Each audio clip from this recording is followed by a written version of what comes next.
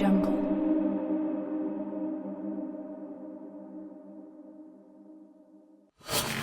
उसके बाद हमारा नेक्स्ट जो है वो है इंग्लिश। इंग्लिश में आप देखें कि मैंने शॉर्ट क्वेश्चंस अटेम्प्ट किए हुए हैं और शॉर्ट क्वेश्चंस भी आप देख सकते हैं कैसे किए हुए हैं। जो शॉर्ट क्वेश्चन होता है तो आपने हर शॉर्ट क्वेश्चन की एक अलग डेफिने डाइक वो हेडिंग आपने देनी होती है। अब यहाँ पे जिस तरह ये लोकस्ट वाला चैप्टर था आपका फर्स्ट ईयर में है, तो उसमें है कि what was the desire of every farmer, तो मैंने डिज़ायर ऑफ एवरी फार्मर की हेडिंग बना दी। इस तरह हेडिंग बना के तो मैंने क्वेश्चन नंबर भी लेबल कर दिया और फिर 2 पॉइंट्स पर आके आंसर लिख दिया। वैसे यहाँ पे मैंने टेस्टिंग में 2-2 पॉइंट्स बना के लिखा था, इंग्लिश के लिए मैं सिर्फ बात कर रहा हूँ। लेकिन इंग्लिश का जब बोर्ड का पेपर आया था तब मैंने पॉइंट्स नहीं बनाए थे। मेरे एक सर ने मुझे मना किया था कि आप इंग्लिश में पॉइंट्स ना बनाएँ एटलीस्ट शॉर्ट क्वेश्चन के। तो मैंने वहाँ पे सिंपल एक पैराग्राफ टाइप में लिखा था, 4 से 5 लाइनें मैक्सिमम। इंग्लिश का शॉर्ट क्वेश्चन इससे ज़्यादा बड़ा नहीं होना चाहिए, क्योंकि आपने बहुत शॉर्ट एंड कंसाइज़ और प्रिसाइज़ लिखना होता है, तो लिमिटेड ही रखें उसे। ठीक है, तो ये शॉर्ट क्वेश्चन हो गया और ये मिर्ज़ाए वाला कि द किंग्स ऑफ ईस्ट वो सारा जो डेला वाला चैप्टर था उसका ये शॉर्ट क्वेश्चन है।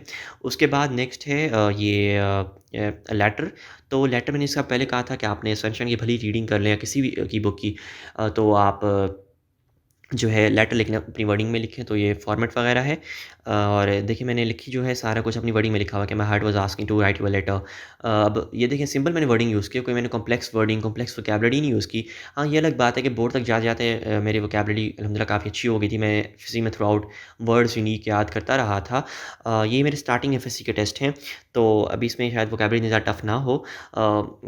तो ये आप देख सकते हैं कि सारी वर्डिंग जो है मेरी अपनी ही होगी और फिर ये आपने एक कोटेशन देखिए ना ऐड की हुई है कि इस तरह आपने लेटर में कोटेशन ऐड करनी है। और नेक्स्ट रेफरेंस टू कॉन्टेक्स्ट, ये भी फर्स्ट ईयर एफएससी का है।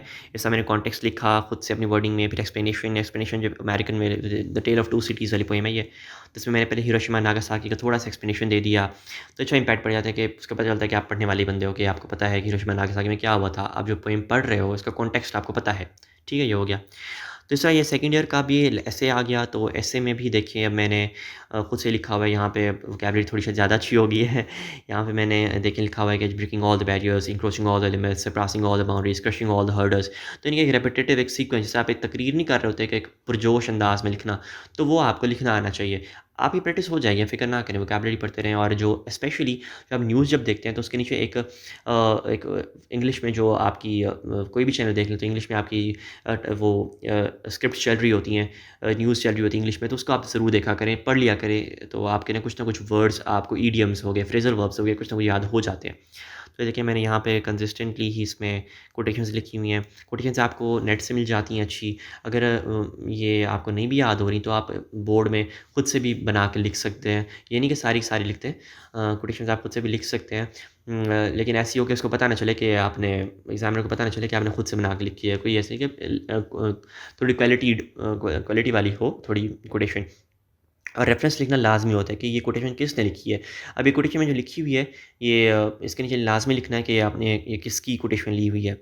ठीक है? तो इस तरह आइसोडर जेम्स हो गई, विलियम रे हो गया, तो ये कोटेशंस लिखी हुई हैं, ये सारा एसे का ही पार्ट है। तो जो की मैं रिकमेंड तो मैं वैसे कोई नहीं करता, लेकिन अगर की रिकमेंड मैं कोई करूँगा भी तो सनशाइन करूँगा, क्योंकि मेजॉरिटी बच्चे वही यूज़ करते हैं। सिर्फ़ इस चीज़ के लिए कि अगर आपको लेटर का या एसे का कॉन्सेप्ट समझ नहीं आ रहा, वरना रीडिंग करने की कोई ज़रूरत नहीं है। शॉर्ट क्वेश्चन्स आपको वैसे बुक की वर्डिंग से मिल जाएँगे। अब देखें ना, मैंने शॉर्ट क्वेश्चन जब यहाँ पे लिखे हुए थे इनिशियली, तो ये बिल्कुल बुक की ही वर्डिंग है। Lucas would overlook his farm and move on to the next, but it was only fair to warn each other so they did so. ठीक है, ये अब डायरेक्ट बुक की वर्डिंग आप चेक कर सकते हैं बिल्कुल कि बुक में ऐसे लिखा होगा, तो बुक की वर्डिंग ही प्रेफर करेंगे आप। ठीक है, इंग्लिश में भी शॉर्ट क्वेश्चंस के लिए। बाकी पूरा पूरा याद नहीं करना होता है, फिजिक्स केमिस्ट्री में आप पूरी पूरी चैप्टर्स याद करते हैं। ठीक है, तो ये इंग्लिश हो गया। अब नेक्स्ट हम आते हैं उर्दू की तरफ। उर्दू आप देख सकते हैं मैंने पहले पहले खुलासा अटैम्प्ट किया हुआ है, और मेरा हमेशा पहले से ही था, खुलासा लिखता था नज़म का, तो शायर का नाम और ये सारा कुछ, नज़म का उन्वान और फिर नीचे तशरीह है ये नज़म की। तो ये नात में ये कॉन्टेक्स्ट वगैरह लिखा हुआ, आपने टेक्सचुअल रेफरेंसेस अपने कुरान से ले सकते हैं आप, और बहुत सारी चीज़ें। ठीक है ना, तो ये पहले पहले शायर का इंट्रोडक्शन लिखा हुआ है, जैसे हफ़ीज़ ताइब एक नात को शायर हैं, उन्होंने अपनी ज़िंदगी नात हमद कलाम के लिए वक्फ़ कर दी, इस नज़्म में मुबारक रिसाले में गुलहाया अक़ीदत पेश करते हैं, तो ये सारा कुछ। उसके बाद बारी बारी तशरीह करते हैं आप, पूरी जितनी एक्सपैंड हो सकती है, इनके एक शीट तक आप लिख सकते हैं 10 नंबर के लिए तशरीह। तो ये एक और मेरे ख़्याल से एक और अल्लामा इक़बाल की एक और नज़म है, ख़िताब बजवान इस्लाम जो था, तो फर्स्ट ईयर की है ये। इस तरह तशरीह रेफरेंसेस आप जितने ज़्यादा ऐड कर सकते हैं आप करें ऐड। लेकिन जब आप ये तो इसकी तशरीह है ना, नज़म की या गज़ल की, इसमें आप अशार ऐड कर सकते हैं एक्स्ट्रा।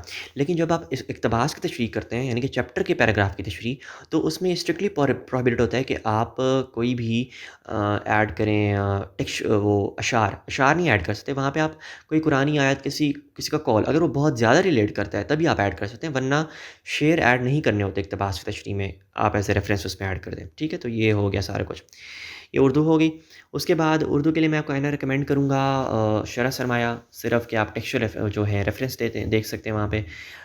अशार देख सकते हैं, कोटेशंस वगैरह कुछ देख सकते हैं। लेकिन अगर बेहतर है कि आप खुद से जमा करें, आपको जो प्रोफ़ेसर्स बता रहे हैं, आप मुख्तलिफ़ आइनों से आप जमा कर लें, यानी कि आपकी जो अकेडमीज़ हैं, उनकी हो सकता है आप किस में पढ़ते हों, तो वहाँ की जो अकेडमीज़ हैं, उनके भी नोट्स होते हैं, तो उनमें रेफ़रेंसेस होते हैं काफ़ी सारे। और माविन अदब एक और बुक है, तो वो मैं रिकमेंड करूँगा। ठीक है? और जो तशरीह आपने खुद से लिखनी होती है, और खुलासा आप रटा लगा सकते हैं, क्योंकि पेपर पेपर में इतना टाइम नहीं होता कि आप खुलासे को भी सोचें बैठें। तो खुलासे सारे चैप्टर्स के रटे लगा के जाएँ आप। सही हो गया। तो उसके बाद ये है इस्लामियात का पेपर। इस्लामियात में आपको पता है, बस आप 9-10 से ही करते आ रहे हैं सारा कुछ। तो कुर्ब खुदाबंदी का एहसास, ये नमाज़ के फ़वाइद हैं, तो जितना हेडिंग्स हो सकते हैं 10, 12, 15, 20 जितना भी आप दे सकते हैं देते जाएँ। तो ये इस्लामियात का पेपर है। इसका जिहाद का मैंने पहले तारुफ़ कराया, लॉन्ग क्वेश्चन है सारा। जिहाद बिन नफ़्स, शैतान से जिहाद, मुख्तलिफ़ अक़साम है जिहाद की। फिर शॉर्ट क्वेश्चन भी मैंने इस तरह किए कि 2-2 पॉइंट, 3-3 पॉइंट के शॉर्ट क्वेश्चन अटेम्प्ट किया। तो ये सारा कुछ है। बाकी पाकिस्तान स्टडीज़ का पेपर भी अगर आपने इंग्लिश में रखी है, मेरी इंग्लिश में ठीक होंगे, तो वो आपने बस वही होता है कि आपने ज़्यादा से ज़्यादा हेडिंग्स देनी है, और जितना हो सकता है आप उसे बढ़ाते चढ़ाते जाएँ, और अच्छा लेकिन क्वालिटी मटीरियल लिखें उसमें। तो ये सारा कुछ हो गया। उम्मीद करता हूँ आप सबको वीडियो ये बहुत ज़्यादा पसंद आई होगी। मेरे लिए बहुत सी दुआएँ कीजिएगा, और अल्लाह ताला आप सबको भी कामयाबियाँ अता फ़रमाए, मुझे भी कामयाबियाँ अता फ़रमाए, और फिर अल्लाह ने के मान अल्लाह सबको खुश रखे। अल्लाह हाफ़िज़।